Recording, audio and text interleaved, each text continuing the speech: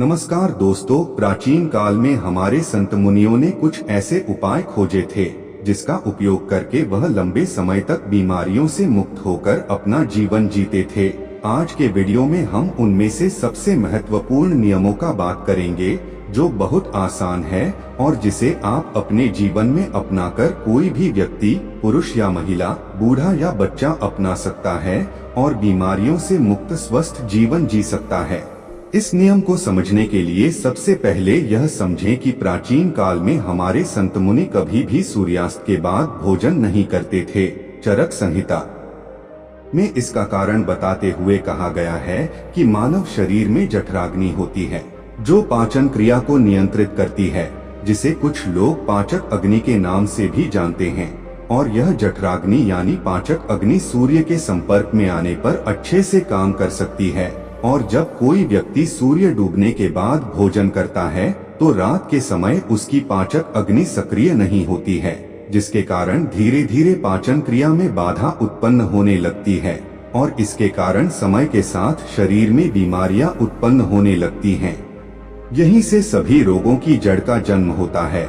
अगर इस जड़ को यहीं खत्म कर दिया जाए और मिटा दिया जाए तो शरीर जीवन भर रोगों से मुक्त रहने लगेगा। अब समझने वाली बात यह है कि जब हमारी जठराग्नि यानी पाचन अग्नि ठीक से काम नहीं करती है तो हमारी प्राण शक्ति को काम करना पड़ता है और हमारी प्राण शक्ति एक समय में एक ही काम अच्छे तरीके से कर पाती है। जब हमारी महत्वपूर्ण ऊर्जा पाचन में शामिल होती है तो हम गहरी नींद नहीं ले पाते हैं और इसी कारण से कुछ लोग 8-8, 10-10 घंटे की नींद लेने के बाद भी सुबह थका हुआ महसूस करते हैं। इसका कारण यही है। प्राण शक्ति की ऊर्जा जो रात के समय हमारे शरीर को अंदर से ठीक करती है, उसकी मरम्मत करती है। फिर यही ऊर्जा रात के समय जब मनुष्य सोता है तो उसके शरीर के रोगों को ठीक करने में अपना समय व्यतीत करेगी और धीरे धीरे इससे आपका शरीर अपने आप ही अपने रोग ठीक कर लेगा। लेकिन इसके लिए आपको अपना रात का खाना सूरज डूबने से पहले करना होगा ताकि सूरज के संपर्क में रहने वाली आपकी पाचन अग्नि बेहतर तरीके से काम करे।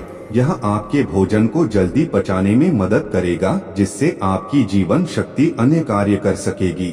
मान लीजिए कि आप शाम को 6 से 7 बजे के बीच खाना खाते हैं, इसके बाद आप 9 से 10 बजे के आसपास सो जाते हैं, तो इन 2 से 3 घंटों में आपका ज्यादातर खाना पच जाता है और बाकी का भोजन रात्रि के 1 बजे तक पूरी तरह से पच जाता है और उसके बाद आपकी जीवन शक्ति आपके शरीर की मरम्मत करने लगती है, आपके शरीर की बीमारियों को ठीक करने में लग जाती है। और यही वह समय होता है जब आपका शरीर खुद को डिटॉक्स करना शुरू कर देता है। इसी प्रक्रिया को अर्ध उपवास कहा जाता है, जिसकी पूरी अवधि 16 घंटे की होती है। लेकिन जो लोग दिन में 16 घंटे उपवास करने में सक्षम नहीं है, वो 12 घंटे से शुरुआत कर सकते हैं। यानी कि अगर आपने रात्रि को 7 बजे भोजन किया है तो आप अगले दिन सुबह 7 बजे ही भोजन करें, जिससे कि आपकी बॉडी को तकरीबन 6 घंटों का समय मिलता है खुद को रिपेयर करने का। इस अर्ध उपवास में हमारे शरीर में क्या प्रक्रिया घटित होती है, पहले इसको समझिए। जब हम अर्ध उपवास करते हैं तो हमारे शरीर को पूरी तरह से भोजन नहीं मिलता, इसीलिए शरीर अपनी जरूरतों को पूरा करने के लिए अपनी कोशिकाओं में जो बैक्टीरिया होते हैं उनको ही खाना शुरू कर देता है और इसी वजह से हमारी कोशिकाओं का अपने आप शुद्धिकरण होने लगता है।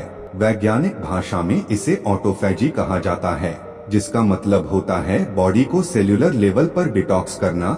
सिर्फ 21 दिन के लिए जो मनुष्य इस प्रक्रिया को अपना लेता है उसकी त्वचा में निखार आने लगता है, उसके बाल गिरने कम हो जाते हैं, सुबह अच्छी ताजगी होती है, रात को नींद गहरी आती है और मानसिक तनाव बिल्कुल मिट जाता है। कुछ लोगों को लगता है कि अर्ध उपवास करने से उनका शरीर कमजोर हो जाएगा, लेकिन अर्ध उपवास करने से शरीर का फैट कम होता है, मसल्स लॉस नहीं होता और मसल्स लॉस नहीं होता, इसीलिए शरीर की क्षमता अपने आप बनी रहती है। अब तक आप ये समझ चुके हैं कि आपकी प्राण शक्ति आपकी बीमारियों को दूर करने के लिए किस प्रकार कार्य करती है, किस समय आपको भोजन करना चाहिए ताकि आपकी प्राण शक्ति पूरी ऊर्जा के साथ काम कर सके। ये हम समझ चुके हैं, लेकिन इसके बाद जो समझने वाली बात है वो ये है कि आज के समय में काम करते करते आदमी अपनी दैनिक दिनचर्या बिल्कुल छोड़ देता है। वो किस प्रकार सही समय पर भोजन करे। अगर वो रात के समय काम करता है तो वो किस प्रकार भूखा रहे, क्योंकि उसे तो आदत हो चुकी है रात के समय देर से खाना खाने की। और कुछ लोगों के साथ समस्या ऐसी है कि वो भूखे नहीं रह सकते, थोड़ी थोड़ी देर में उन्हें भूख लगती रहती है। तो ऐसे लोग किस प्रकार इस प्रक्रिया का लाभ उठा सकते हैं। देखिए, अगर आप 16 घंटे का उपवास कर रहे हैं तो उसके लिए आपको बीच बीच में कुछ लिक्विड चाहिए, जिससे आपकी बॉडी भी हाइड्रेटेड रह पाए और आपके शरीर को डिटॉक्स करने की प्रक्रिया भी तेज हो जाए।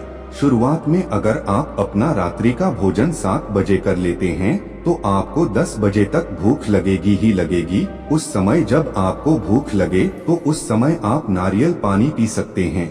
इससे शरीर में बहुत सारे लाभकारी फायदे भी होंगे और आपके डिटॉक्स की प्रक्रिया तेज हो जाएगी। इसके अलावा आपको कॉफी भी पी सकते हैं। और जिन लोगों का वजन ज्यादा बढ़ा हुआ है, जो अपने वजन को कम करना चाहते हैं, ऐसे लोग थोड़े गर्म पानी में एक नींबू निचोड़कर उसको पी सकते हैं।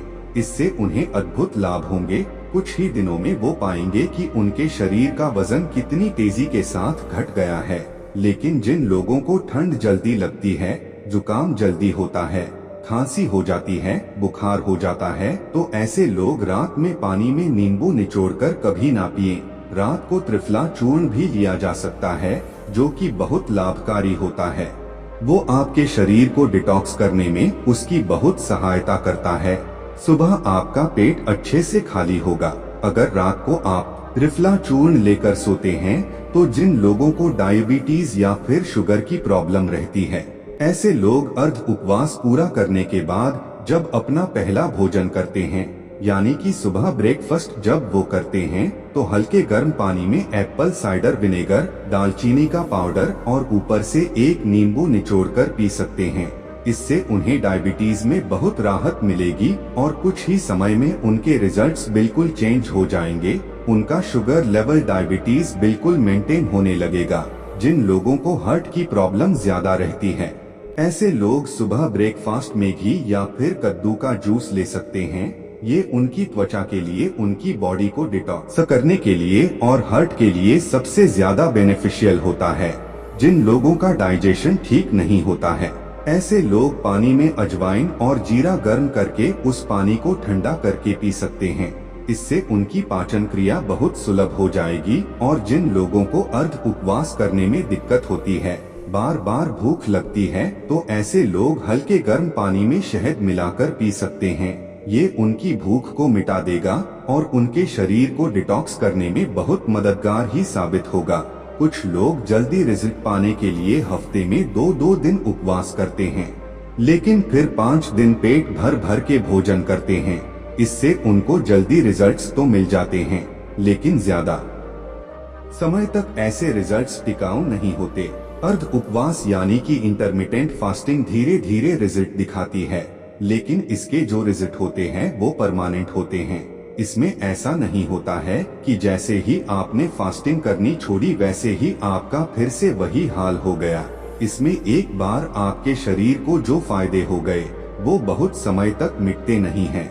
देखिए, हर कोई अर्ध उपवास कर भी नहीं सकता है, क्योंकि जो स्पोर्ट्समैन होता है, जो खेलकूद में होते हैं, उनके शरीर को रेगुलर डाइट चाहिए होती है, क्योंकि उनके लिए हेल्थ से ज्यादा परफॉर्मेंस जरूरी होती है। इसी तरह बच्चों को भी अर्ध उपवास नहीं करना चाहिए। और जो लोग मधुमेह के पेशेंट हैं, जिनका शुगर लेवल गड़बड़ रहता है, ऐसे लोगों को अगर अर्ध उपवास करना है तो समय समय पर अपना sugar level, blood sugar level check करवाते रहिए। जो लोग अर्ध उपवास का सही तरीके से पालन करते हैं, उनके शरीर की 80% बीमारियां खुद ही ठीक हो जाती है। और जिन लोगों को कोई बीमारी नहीं होती, ऐसे लोग अर्ध उपवास करके अपनी बॉडी को डिटॉक्स कर सकते हैं, जिससे कि भविष्य में उनको कोई बीमारी नहीं होगी। यही हमारे संत मुनियों का जीवन भर स्वस्थ रहने के लिए अचूक मंत्र था, जिसका आयुर्वेद चरक संहिता हर जगह उल्लेख मिलता है। चरक संहिता में अर्ध उपवास के साथ एक और नियम जोड़ा गया था, लेकिन वो आज के समय में संभव नहीं है। लेकिन फिर भी मैं आप लोगों के सामने उसका उल्लेख करना चाहता हूँ। शायद कुछ लोग उसका पालन कर पाए, और अगर आप पालन कर पाते हैं या नहीं भी कर पाते हैं तो कमेंट सेक्शन में जरूर बताना। देखिए, पुराने समय में जो खाना पकता था वो मिट्टी के बर्तनों में पकता था, और यह बहुत जरूरी होता था कि उस खाने को पकाने के लिए उसमें वायु का स्पर्श हो, उसमें प्रकाश का भी स्पर्श हो, उसमें अग्नि का स्पर्श हो और उसमें मिट्टी का भी स्पर्श हो। उस समय मिट्टी का ही बर्तन होता था।